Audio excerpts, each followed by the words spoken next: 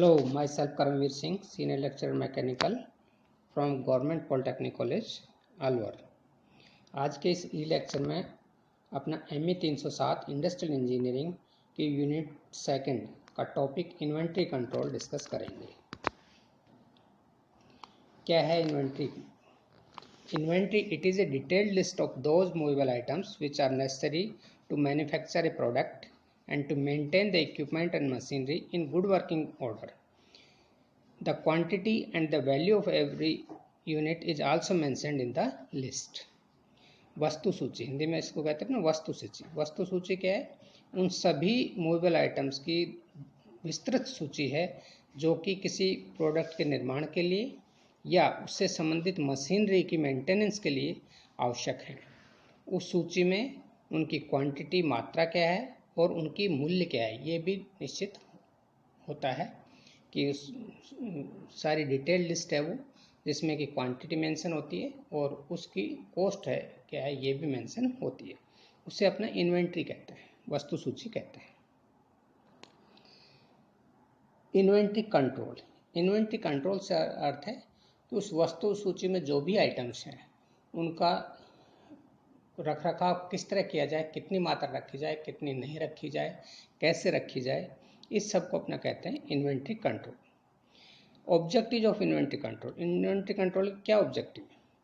पहला है to minimise investment in inventory, कि इन्वेंट्री में जो इन्वेस्टमेंट किया जाए, खर्चा किया जाए, कम से कम हो। सेकेंड है to maximise the service levels to the firms and customers and its own operating departments, कि जो भी कंपनी के कस्टमर हैं उनकी संतुष्टि के लिए सर्विस का लेवल जो है इतना ऊंचा रखा जाए कि वो कस्टमर उससे संतुष्ट रहे तथा उनके खुद का ऑपरेटिंग डिपार्टमेंट है वो भी उससे संतुष्ट रहे। तो इन दो ऑब्जेक्टिव्स को प्राप्त करने के लिए इन्वेंट्री कंट्रोल डिपार्टमेंट कार्य करता है। कैसे ये कार्य करता है, किस तरह वो उसको मेंटेन करता है? इन्वेंट्री कंट्रोल डिपार्टमेंट ये सुनिश्चित करता है कि कोई भी यूनिट जो उस मशीनरी के लिए या प्रोडक्ट के लिए खरीदी जानी है उसकी कॉस्ट कम से कम हो, वो समय पे आए, सफिशेंट क्वांटिटी में आए ताकि आपको उसके लिए भागदौड़ ना करनी पड़े, उसके लिए एक निश्चित स्थान हो स्टोर करने के लिए, एक डेफिनेट इन्वेंट्री आइडेंटिफिकेशन सिस्टम हो जिससे उस इन्वेंट्री को पहचाना जा सके, उसके स्टोर करने के लिए एक स्टाफ होना चाहिए जो उसका पूरी तरह से ध्यान रख सके इन्वेंट्री का, सूटेबल रिक्विजिशन प्रोसीजर होना चाहिए, इन्वेंट्री को निकालने के लिए क्या एक निश्चित प्रोसीजर होना चाहिए, up to date and accurate record keeping होनी चाहिए कि कितनी इन्वेंट्री है, कितनी यूज हो गई है, कहाँ कहाँ गई है, वो सब रिकॉर्ड उसमें होना चाहिए, और पीरियोडिक इन्वेंट्री चेकअप होना चाहिए कि समय समय पर अपना देखते रहें कि कितने इन्वेंट्री का कंजप्शन हो चुका है, कितना नहीं, और कब अपने को उसके अनुसार कार्य करना है। इन्वेंट्री को ABC 3 भागों में, जो कि ऑलवेज बेटर कंट्रोल कहलाता है, बांट के अपने को ये सुनिश्चित करना चाहिए कि कौन सी क्वांटिटी कितनी मात्रा में कब खरीदनी। तो इस तरह से इन्वेंट्री कंट्रोल डिपार्टमेंट जो है अपने ऑब्जेक्टिव्स जो कि है कि minimise investment in inventory and to maximise the service of levels to the firms and customers and its own operating departments को पूरा कर सके, ये उसकी ऑब्जेक्टिव है। टाइप्स ऑफ इन्वेंट्री, 4 तरह की इन्वेंट्री होती हैं। पहला रा इन्वेंट्री। रा इन्वेंट्री से अर्थ है कि ऐसा कोई भी सेमी फिनिश्ड प्रोडक्ट किसी भी कंपनी से प्राप्त किया गया हो या फिनिश्ड प्रोडक्ट किसी कंपनी से प्राप्त किया गया हो या कोई रॉ मटेरियल हो जो उस प्रोडक्ट के लिए जो कंपनी बना रही है वो रॉ मटेरियल की भूमिका निभाए, उसे अपना रॉ इन्वेंट्री कहते हैं। जैसे कि मान लीजिए कोई कार मैन्युफैक्चरिंग कंपनी है, वो टायर लेती है। अब टायर किसी कंपनी का प्रोडक्ट हो सकता है और उस कार कंपनी के लिए वो रॉ मटेरियल है। इसी तरह in process inventory, in process inventory से अर्थ है कि ऐसी इन्वेंट्री जो कि कुछ कार्य जिस पर हो चुका है और कुछ होना बाकी है ताकि वो कंप्लीट हो सके प्रोडक्ट, उसको कहते हैं इन प्रोसेस इन्वेंट्री, यानी कंपनी में ही जो चल रही है लेकिन अभी पूरी नहीं हुई है। थर्ड है फिनिश्ड इन्वेंट्री। फिनिश्ड इन्वेंट्री से अर्थ है कि अपना जो प्रोडक्ट बना रहे हैं वो पूरी तरह तैयार हो गया है, ऐसे इन्वेंट्री को अपना फिनिश्ड इन्वेंट्री श्रेणी में रखते हैं। फोर्थ है इनडायरेक्ट इन्वेंट्री। इनडायरेक्ट इन्वेंट्री से अर्थ ये है कि वह इन्वेंट्री प्रोडक्ट के निर्माण में सहायक नहीं है, परंतु उस प्रोडक्ट के बनाने के लिए जो भी मशीनरी यूज हो रही है या और कोई भी व्यवस्थाएं की जा रही हैं, उनको सुचारू रूप से चलाने के लिए वो आवश्यक है। ऐसी इन्वेंट्री को अपना इनडायरेक्ट इन्वेंट्री कहते हैं। जैसे किसी भी मशीन के लिए लुब्रिकेटिंग ऑयल का रखना या उसके पार्ट्स का रखना, ये सब इनडायरेक्ट इन्वेंट्री में आते हैं। उसके बाद है इन्वेंट्री कंजप्शन ट्रेंड्स, कि इन्वेंट्री को कैसे कंज्यूम किया जाए, उसके लिए कौन कौन से पॉइंट्स इंपॉर्टेंट हैं। वो है पहला मैक्सिमम इन्वेंट्री। मैक्सिमम इन्वेंट्री से अर्थ है कि यह इन्वेंट्री की वह अधिकतम मात्रा है जो किसी भी समय स्टोर में उपलब्ध हो सकती है।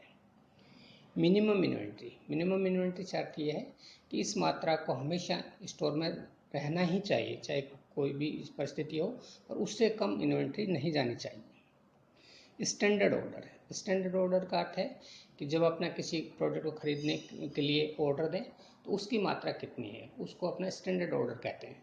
ये मैक्सिमम इन्वेंट्री और मिनिमम इन्वेंट्री का डिफरेंस है। Reorder point.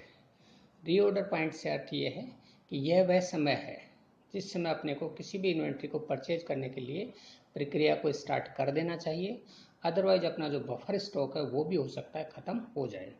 उस पॉइंट को अपना कहते हैं reorder point.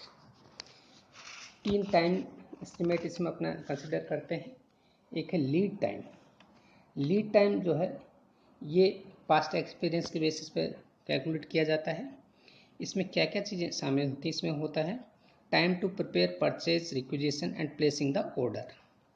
B time taken to deliver purchase order to the seller. C time for seller vendor to get और prepare inventory. And D time for the inventory to be dispatched from the vendors and to reach the customer. यानी कि वह समय जब अपना किसी inventory को खरीदने के लिए उसकी रिक्विजिशन तैयार करें और ऑर्डर को प्लेस करें। उसके बाद वह समय जबकि वह परचेज ऑर्डर को डिलीवर किया जाए सेलर को जहां से अपने को सामान खरीदना है। फिर थर्ड नंबर वो समय है जो कि वह उस वेंडर को चाहिए उस इन्वेंट्री को तैयार करने के लिए।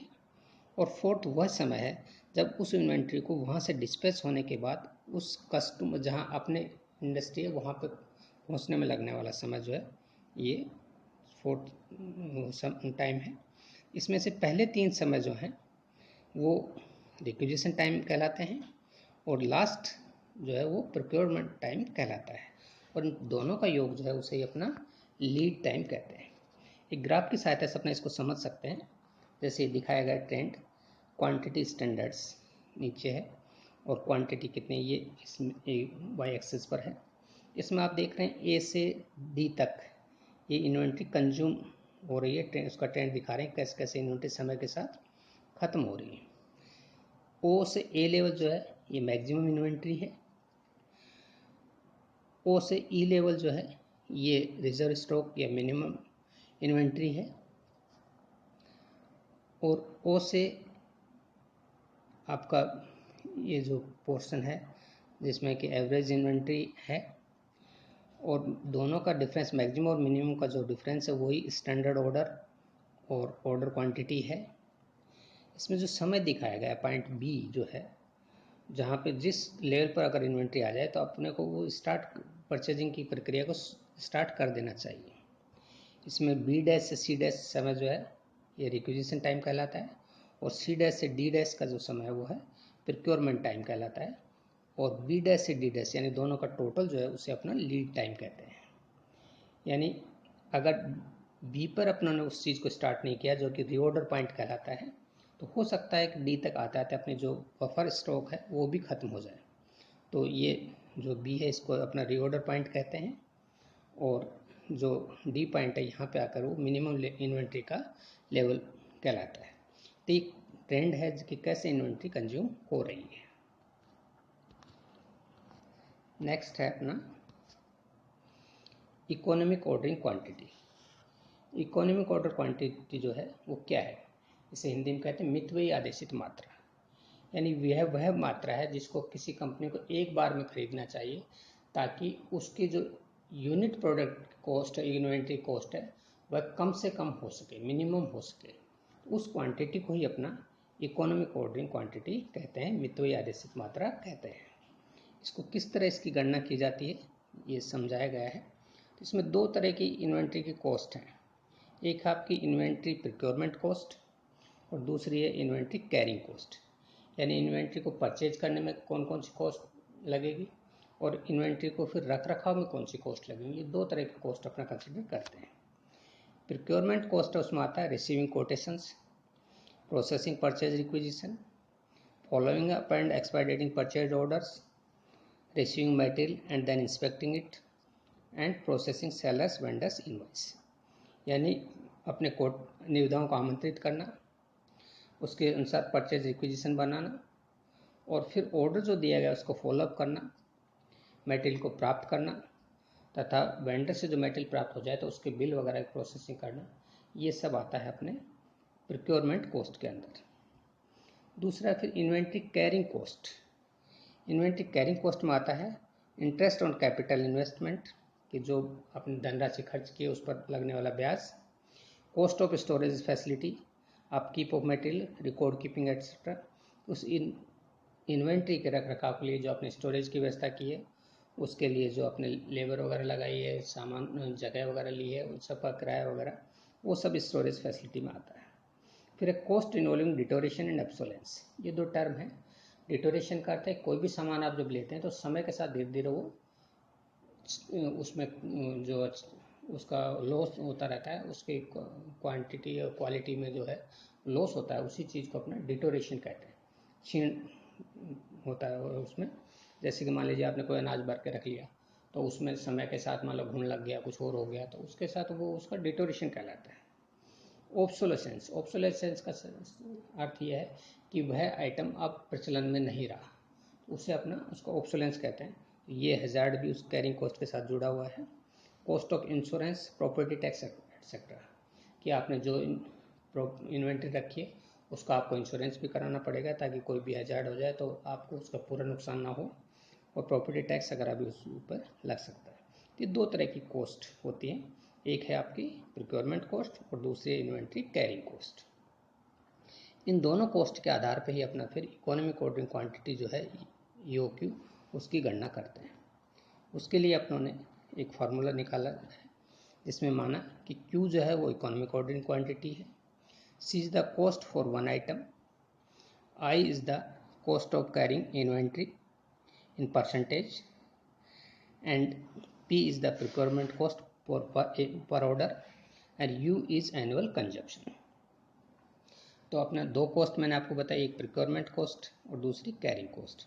उनको कैसे करेंगे तो अपने को देखना, क्योंकि इकोनॉमिक ऑर्डरिंग क्वांटिटी आपकी Q है और एनुअल कंजप्शन जो है वार्षिक जो खपत है वह U है।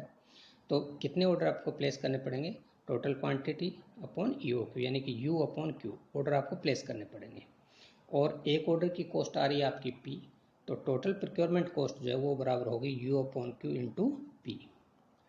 दूसरा अपने, क्योंकि इकोनॉमिक ऑर्डरिंग क्वांटिटी जो है उसको अपने को खरीद के रखते हैं, अपना धीरे धीरे वो खत्म होती रहती है, मिनिमम लेवल पर आती है, तो अपने मानते हैं कि एवरेज इन्वेंट्री जो अपने को रख रखाव करना है वो Q/2 है, और उस इन्वेंट्री को रखने के लिए खर्चा जो एक यूनिट का था वो C है, और I उसकी परसेंटेज है कि कितना परसेंट उस कॉस्ट का जो इन्वेंट्री कैरिंग पर खर्च होता है। तो इन्वेंट्री कैरिंग कॉस्ट जो वो होगी Q/2 into C into I। Total cost first और सेकंड का हो गया U upon Q into P plus Q/2 into C into I। अब मिनिमम क्वांटिटी निकालने के लिए अपना इस टोटल कॉस्ट को डिफ्रेंशिएट करते हैं with respect to Q, dt upon dQ, और उसको पुट करते हैं 0 के बराबर। तो उसके कारण से जो Q का मान आता है वो आता है √2 UP अपॉन CI, जहाँ पे Q इकोनॉमिक ऑर्डरिंग क्वांटिटी मितव्ययी आदेशित मात्रा है, U जो है एनुअल कंजप्शन वार्षिक खपत है, P प्रिक्योरमेंट कॉस्ट है, और C यूनिट आइटम की कॉस्ट है, और I उस पर जो है परसेंटेज है कि जो उसके इन्वेंट्री कैरिंग कॉस्ट पर खर्चा होने वाला है। तो इस तरह से अपना इकोनॉमिक ऑर्डरिंग क्वांटिटी की गणना करते हैं। इस दो टर्म और इन्वेंट्री कंट्रोल में इंपॉर्टेंट हुआ है, स्टैंडर्डाइजेशन और कोडिफिकेशन। मानकीकरण और संहिताकरण। मानकीकरण क्या है कि अपना जो भी प्रोडक्ट बना रहे हैं वो किसी भी जो ISI है या ISO है उसके माप के अनुसार होना चाहिए, ताकि वह प्रोडक्ट आसानी से मार्केट में बिक सके और कहीं भी उसको जहाँ प्रोडक्ट यूज करते हैं वहाँ उसको उस तरह से अपना अच्छे से यूज कर सकें। एक उदाहरण मैं आपको देता हूँ। मान लीजिए कोई कंपनी पाइप बना रही है, अब वो पाइप के साइज़ क्या क्या बनाए, तो वो पाइप साइज वो बनाएगी जो मार्केट में प्रचलित है, जैसे आधा इंची है, 1 इंची है ना। तो उस तरह से अगर वो उस आइटम को बनाएगी तो जहाँ भी यूज करेंगे अपना उसको पाइप वो यूज हो जाएगा। इसी तरह उस पर कटने वाले जो थ्रेड्स हैं उनका भी एक स्टैंडर्ड साइज होता है। तो अब कोई भी कंपनी बनाए वह थ्रेड्स हर फिटिंग्स के लिए उपयोगी रहते हैं, हर फिटिंग्स उसमें लग सकती है। इसी चीज़ को कहते हैं स्टैंडर्डाइजेशन या मानकीकरण। कोडिफिकेशन। कोडिफिकेशन का अर्थ है कभी भी जो अपना इन्वेंट्री रखते हैं तो उसके अपने को एक सर्टेन कुछ कोड देना पड़ता है ताकि उसको अपना आसानी से पहचान सकें।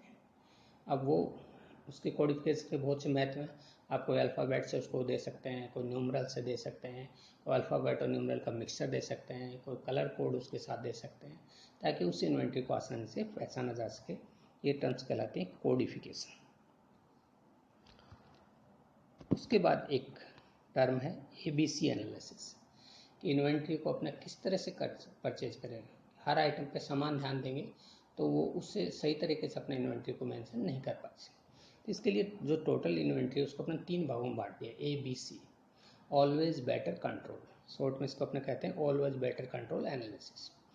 ए में अपने वो पार्ट्स होते हैं जिनकी क्वांटिटी तो टोटल इन्वेंट्री की लगभग 10% है, लेकिन कॉस्ट उसकी जो है वो 70% है। तो ऐसे आइटमों को अपना तभी खरीदते हैं जब उसकी आवश्यकता हो, यानी उससे कुछ समय पहले ही उन आइटमों को खरीदते हैं ताकि ज़्यादा कॉस्ट अपनी कैप्ट अप ना हो और जब अपने कुछ सामान की जरूरत हो अपने को मिल जाए। दूसरी तरह के आइटम्स हैं जो B कैटेगरी में डाले गए हैं। वो ऐसे आइटम होते हैं जिनकी क्वांटिटी 20% है और लगभग कॉस्ट भी उनकी 20% ही है। उन पे थोड़ा ऐसे कम ध्यान दिया जाता है, यानी थोड़ी सी ज़्यादा मात्रा में उसको अपने एक साथ खरीद सकते हैं। और C में वो आइटम है जो कि क्वांटिटी में 70% है लेकिन कॉस्ट में 10% है।